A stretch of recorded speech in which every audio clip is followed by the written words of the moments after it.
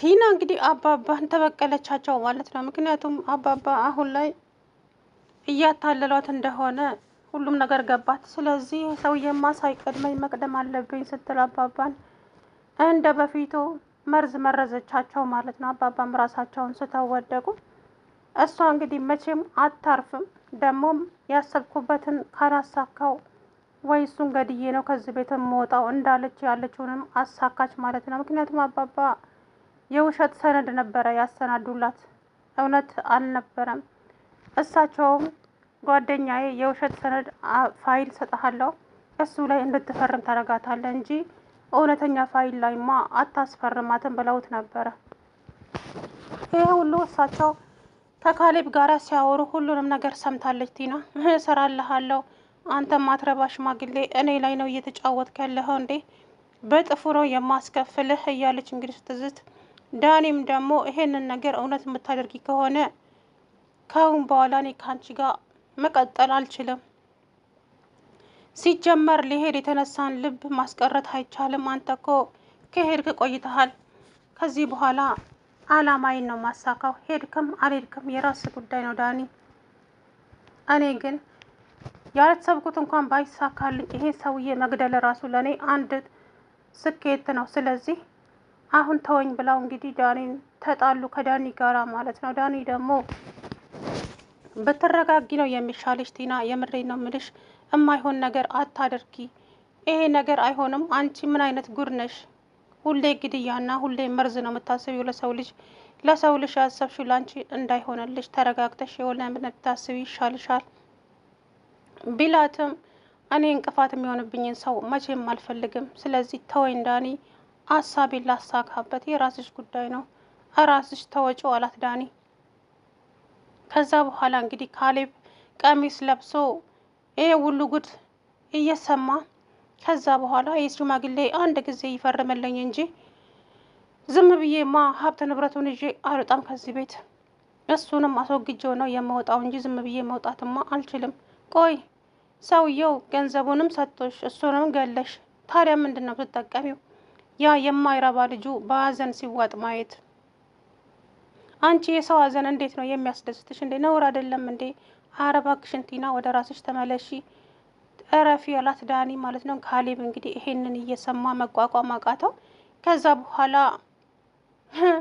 በጣም ተናድሮ ካሌብ የአባባን መሳሪያ የት ነው ያለው ብሎ እንግዲህ ቲና ትሁትን ቢጠይቃትም አላውቅም አለች። ከዛ በኋላ አባቱ ጋር ደውሎ መሳሪያው የት ነው ያለው? አባዬ አንተ ልጅ የማይሆንም እርምጃ እንዳትራመድ አላልኩህም ወይ? እንደዚህ አይነት ነገር ተው ብያለሁ ካሌብ። ስማኝ ልንገርህ፣ ከዚህ በኋላ ግን ይሄ ሰይጣናዊ ስራህን የማትተው ከሆነ ጥልህ ከኔ ጋር ነው አሉት። አባዬ እየተደረገ ያለውን ነገር እኮ አንተ አላየህም? እዚህ ቤት ውስጥ እኮ ጉድ ነው ያየሁት ዛሬ፣ ጉድ ነው የሰማሁት። ይሄንን እያየውማ ማለፍ አልችልም አለ ካሌብ። ከዛ በኋላ ተረጋጋ አልኩ። እንግዲህ ተረጋጋ፣ በችኮላ የሚሆን ነገር የለም። ስለዚህ ረጋ ብለህ ሁሉም ነገር ይሆናል አሉት። እሱም ደግሞ አይ ይሄንን ነገርማ እንደዚህ በዝምታ ማልፎ ነገር የለም ካሌብ፣ እንደዚህ አይነት ነገር ከምታደርግ በቃ አባራት፣ የምትፈልገውን ነገር ስጣትና ትውጣ ከዚህ ቤት። አንተም እሷን የሆነ ነገር አድርገህ በሰላም አትኖርም፣ እስር ቤት ትገባለህ። ስለዚህ ያ ከሚሆን ደግሞ በቃ በአጭሩ ቋጩት፣ እኔም ደግሞ እፎይ ልበል። እኔ እኮ በጭንቀት ነፍሴ ልትወጣ ነው። ስለዚህ እባክን ካሌብ ተረጋግተህ አስብበትና ከዛ በኋላ እንትን በል። ካሌብ ደግሞ በፍጹም ትሁት ይሄንን እያየውማ ማለፍ አልችልም እያለ እንግዲህ ካሌብ በጣም ተናዷል ማለት ነው።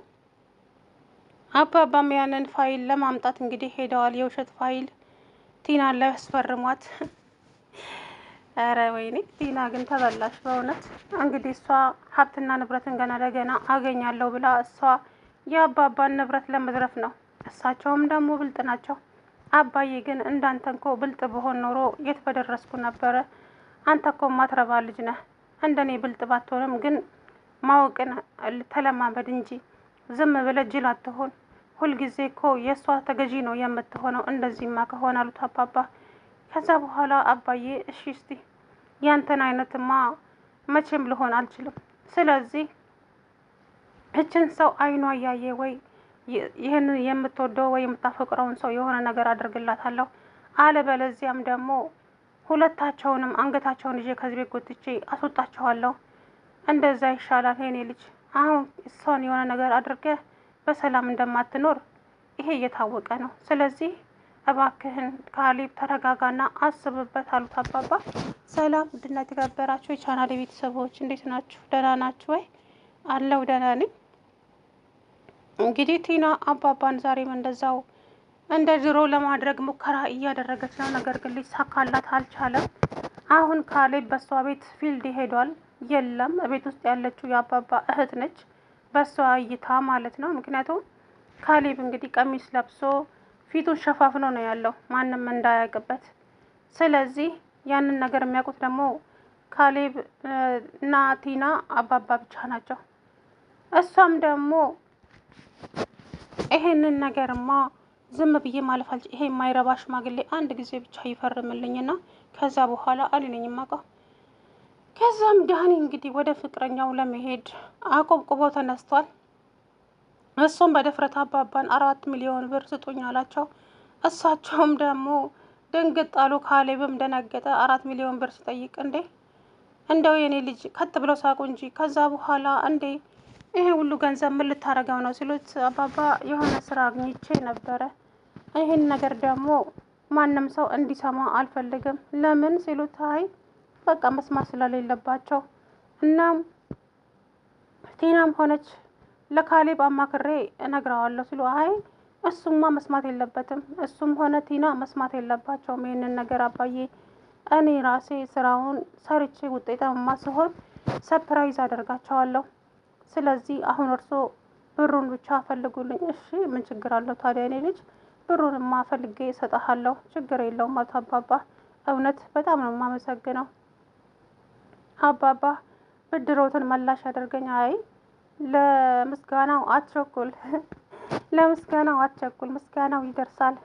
ለማንኛውም አስብበታለሁ አሉት አባባ። ከዛ በኋላ ወጣና ሄደ።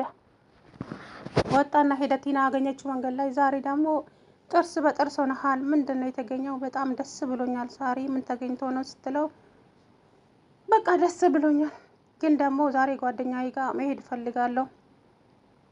ጓደኛዬ ይመጣል፣ እሱ ጋር ነው የሚሄደው፣ እዛ ነው የማድረው። አይሆንም፣ እኔን ትተህማ የትም አትሄድም። አንቺ ሴት ጤና የለሽም እንዴ? 24 ሰዓት ሙሉ ከአንቺ ጋር እንድትቀመጥ ነው እንደምትፈልጊው? አዎ 24 ሰዓት ከኔ ጋር እንድትሆን ነው የምፈልገው። እንደዛማ አይሆንም። እኔ እኮ አሻንጉሊትሽ አይደለሁም እንደፈለገሽ የምታጫውችኝ። ስለዚህ አሻንጉሊት እንኳ እሺ፣ ወይ ደግሞ ስልክሽ አይደለሁም፣ ስልክሽ ራሱ ቻርጅ ይዘጋል። እኔ ደግሞ የፈለግኩትን ነገር የማድረግ መብቴ ነው እና እኔን ጥለኸኝ የት ነው የምትሄደው? ዞር በይ አንቺ ህጻን ልጅ እኮ አይደለሽም እንዲያበዛሽው አሁንስ አላት። ከዛ በኋላ በጣም ተናደደና ገንዘብ ላሰጭ ለመስጠት ነው አይደለ ሰበብ መደራደሪው? እንደውም አልፈልግም አትስጭኝ አላት። ከዛ በኋላ አረ ፍቅር እንደዛ አይደለም እኮ ምናምን አለች። በቃ ታዩ በእናትሽ እረተሽ ና ምናምን ብላ ተከትለው ሄደች። እንግዲህ ገንዘቡን ትስጠው አትስጠው አላውቅም። ደግሞ ወዲያው ተመልሳ አብራ ወደ ቤት መጣች። አብራ ከቤት ከመጣች በኋላ ካሌብ ተሸፋፍኖ ቁጭ ብሎ ነበረ ሶፋ ላይ። ከዛ በኋላ ተነስ እንደንስ አለችው። አንቺ ኧረ ሴትዮዋን ፈሪ ታያት እባክሽ፣ ምን አባቷ አትሰማ አትለማ። የፈለግኩትን ማድረግ እኮ እችላለሁ። ለሰዎቹ መናገር ባትችልም እኮ ትጠቁማቸዋለች። ምን ሆነሻል? ኧረ እባክህ ተው፣ ፈዛለች እኮ እቺ። አሁን አስመኝም ሳመኝ እያለች እንግዲህ ወደ ካሌብ ወደ ዳኒ ጠጋ ስትል ኧረ ፈሪ አንቺ ጥሩ አይደለም ነውር ነው አላት። ከዛ በኋላ ጎትታው መኝታ ቤት ይዛው ስገባ ካሌብ በዚህ ሰዓት ነው እንግዲህ በጣም የተናደደው ማለት ነው። በጣም ነው የተናደደው እውነት ለመናገር። ምክንያቱም አንድ ባለ ትዳር ሴት መቼም እንግዲህ ትዳር ብላ እየኖረች ነው። ነገር ግን እሷ አባባ አውቀዋል ይህንን ነገር ቁማር እንደምትጫወት። ካሌብን ለደቂቃ እንኳ አታፈቅረውም። የምታፈቅረው ገንዘብ ብቻ ነው። ስለዚህ የተሸወደችው ነገር ዳኒ ፍቅረኛ አለው። አሁን እሷ በሷ ቤት ይሄ ሁሉ ሀብት ንብረት ወስዳ ከዳኒ ጋር አንድ ላይ ለመኖር ነበረ ሀሳቧ። ግን አይደለም። ዳኒ የራሱን የቻለ ፍቅረኛ አለችው። ያ ደግሞ ለእሷ ምን ያክል እንግዲህ ሲኦል እንደሚሆንባት አላውቅም። ምክንያቱም ካሌብ አንድ ጊዜ ብቻ ገንዘብ እጁ ላይ እስከሚገባ ብቻ ነው ይሄ የምትካፈለው የምትወስደው ገንዘብ እጇ ላይ ከገባ በኋላ ገንዘቡን ትሰጠዋለች። ከዛ በኋላ አፍንጫሽ ላሽ ነው አላቅሽም ነው ቢላት። ታዲያ ቲና ይዛ ሰዓት መውደቂያዋ የት ነው?